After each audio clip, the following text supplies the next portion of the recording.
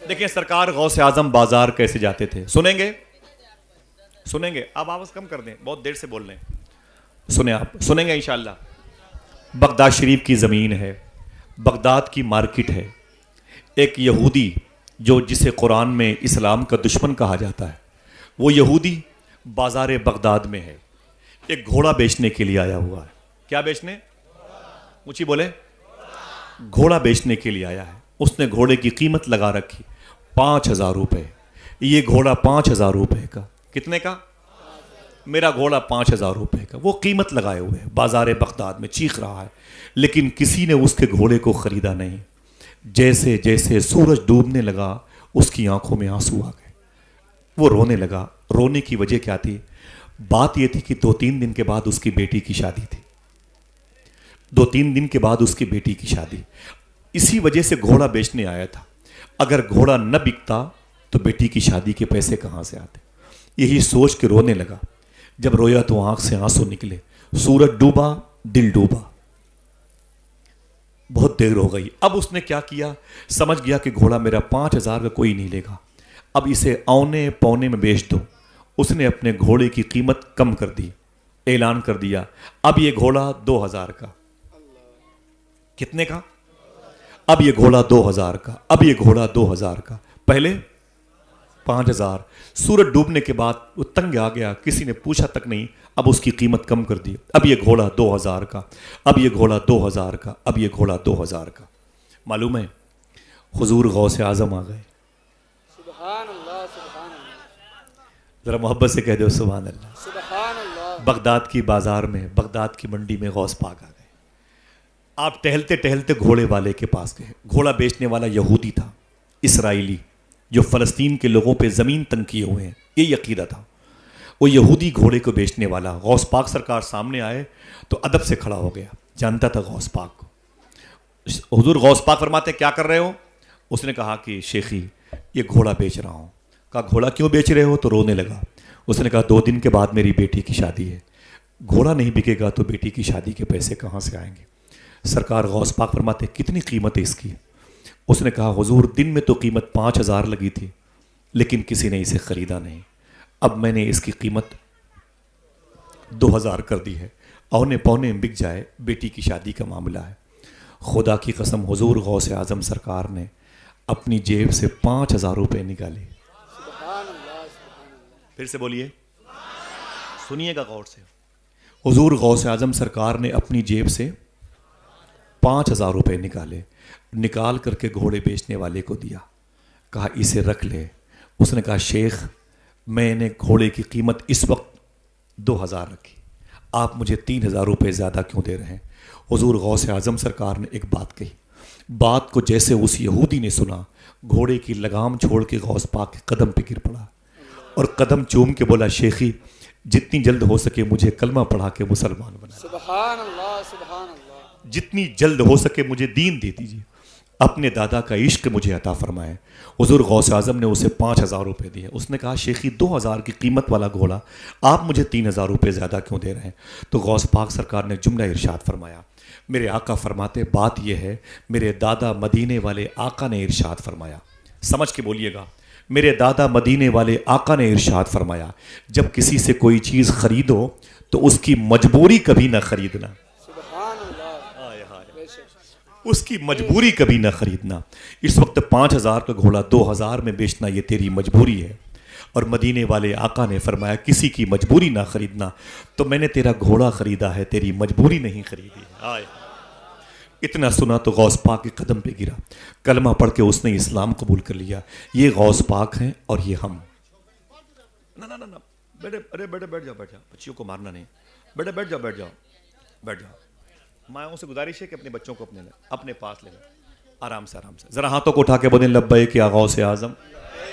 بہنوں سے گزارش ہے کہ بچوں کو اپنے پاس رکھیں، بچیوں کو مارنا نہیں چاہیے، ذرا محبت سے کہہ دو سبحان اللہ۔ ظاہر سی بات ہے کہ جن کے قریب بچے کھیلیں گے ان کو سنائی نہیں دے گا تو تکلیف ہوگی نا، اس تکلیف کے لیے میں معذرت چاہتا ہوں۔ حضور غوث اعظم سرکار کا یہ عمل تھا، اور ہمارا کیا عمل ہے؟ ہم بھی بیوی سے کہہ کے ایک جھولا لے کے بازار جاتے ہیں سبزی لانے کے لیے، 100 روپے لے کے نکلے نا، تو ابھی 6 بجے ہیں، ابھی سورج ڈوبنے میں 1 گھنٹہ باقی ہے, ابھی تو بھنڈی کا ریٹ جو ہے 30 روپے میں چل رہا. ایسا کرو نا یار, 7:30 بجے چلیں گے تو 20 ہو جائے گا, صحیح ہے کہ نہیں؟ ابھی تو لوکی جو 20 روپے والی ہے نا, ابھی 20 کی ملے گی. ذرا سا 1 گھنٹہ رک جاؤ تو 20 والی لوکی 10 میں ملے گی.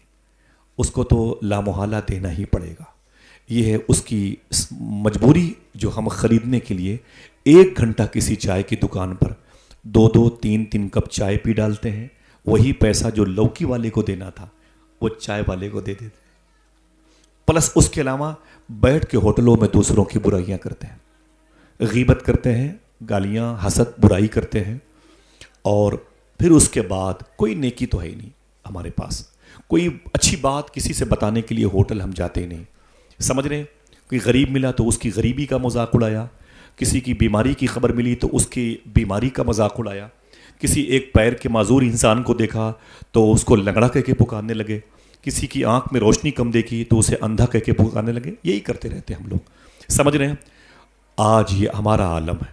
خدا کی قسم صوفی سلطان میں فرماتے ہیں کہ جب تمہیں چائے پینے کی خواہش ہو تو کبھی بھی 1 چائے کے پیسے لے کے بازار مت جایا کرو, بلکہ 1 ایکسٹرا چائے کے پیسے لے کے جایا کرو. پوچھا گیا وہ کیوں؟ کہتے 1 کپ چائے کسی اور کو پلا کے پیو گے تو چائے کا ذائقہ زیادہ اچھا معلوم ہوگا. سبحان اللہ سبحان اللہ. بھلے یہ حضور غوث پاک کی سنت ہے, وہ کھلا کے کھاتے تھے. کہتے ہو سبحان اللہ. اگر آپ قادری ہو تو اس پر عمل کیا کرو. کبھی بھی کسی رکشے والے کو روک کر کے 1 بوتل 10 روپے کا پانی دے دیا کرو. وہ دعا نہیں کرے گا, لیکن جیسے جیسے پانی اس کے بدن میں جائے گا جسم کے ہر حصے سے دعا نکلتی رہے گی. صحیح ہے کہ نہیں؟ کیا خالی مرغا کھانے میں قادری ہیں, بریانی کھانے میں قادری ہیں؟ ماں بہنیں بھی بہت غوث پاک کا چراغ جلاتی ہیں. چراغ جلانے میں قادریہ ہونا میری بہن کوئی بڑے کمال کی بات نہیں ہے. قادریہ ہونا اس لیے کمال کی بات ہے, تیرے دروازے پر کوئی کتا ہو تو بھوکا نہ سوئے, 1 روٹی کا ٹکڑا اسے دے دینا. گھر میں گوشت بنے تو 1 بوٹی تھوڑا سا سالن کسی پڑوس کے غریب انسان کو دے دینا.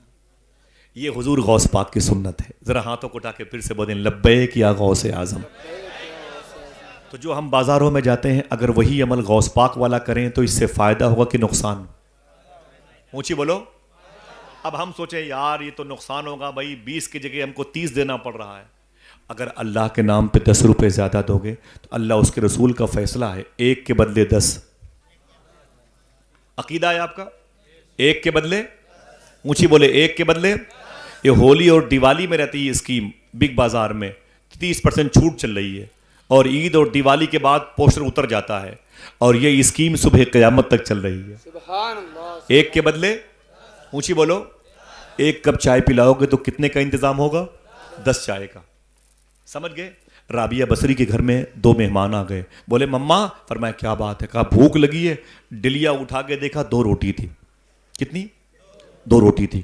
کہا اس میں 2 روٹی ہے. بولے بس بس بس, 1 مجھے دے دو 1 میرے بھائی کو دے دو, بڑی بھوک لگی مما مما. تو رابعہ فرماتی ہیں بیٹھو. وہ دونوں مہمان بیٹھ گئے. دروازے پر دستک ہوئی, ایک فقیر آیا. رابعہ اللہ کے نام پہ کچھ دے دو, بھوک لگی ہے.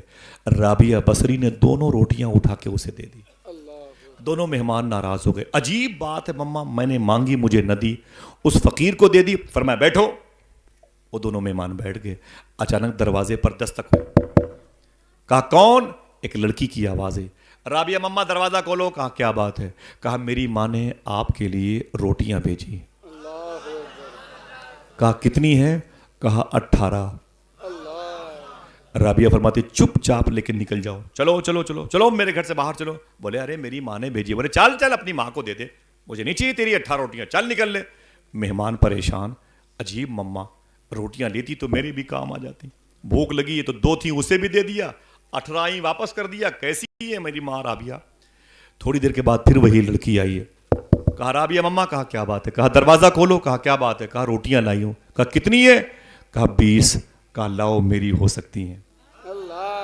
مہمانوں نے کہا اس سے پہلے 18 واپس کر دی, اب 20 کیوں لے لیا؟ رابعہ فرماتی میں 18 کیوں لیتی؟ اللہ اس کے رسول کا قانون ہے 1 کے بدلے 10, 2 کے بدلے. سبحان اللہ سبحان اللہ. سمجھ رہے ہیں آپ کا نقصان ہوگا. اگر کسی لوکی بیچنے والے کو 5 روپے زیادہ دے دیا تو نقصان ہوگا. یہ کس نے بتا دیا آپ سے؟ یہ کہاں کی تھیوری ہے؟ حضور غوث اعظم رضی اللہ تعالیٰ عنہ بازار بغداد میں غربا اور مساکین کی خدمت کرنے جایا کرتے تھے. اور ہم پیسے بچانے کے لیے جاتے ہیں, ذرا ہاتھوں کو اٹھا کے پھر سے بولیں لبیک یا غوث اعظم. غوث پاک نے غریبوں کی مدد کیسے کی؟ اگر یہ تھیوری یاد رہے گی تو کام آئیں گے انشاءاللہ. کہہ دیں انشاءاللہ. پھر سے بولیں ہاتھوں کو اٹھا کے لبیک یا غوث اعظم, لبیک یا غوث اعظم. آپ پیچھے مڑ کے دیکھیں, بیچاروں کو جگہ نہیں ملی میرے بھائیوں کو, اللہ ان کی حاضری قبول فرما لے. جو میرے بھائی کھڑے ہیں وہ بھی اپنے ہاتھوں کو اٹھا کے بولیں لبیک یا غوث اعظم.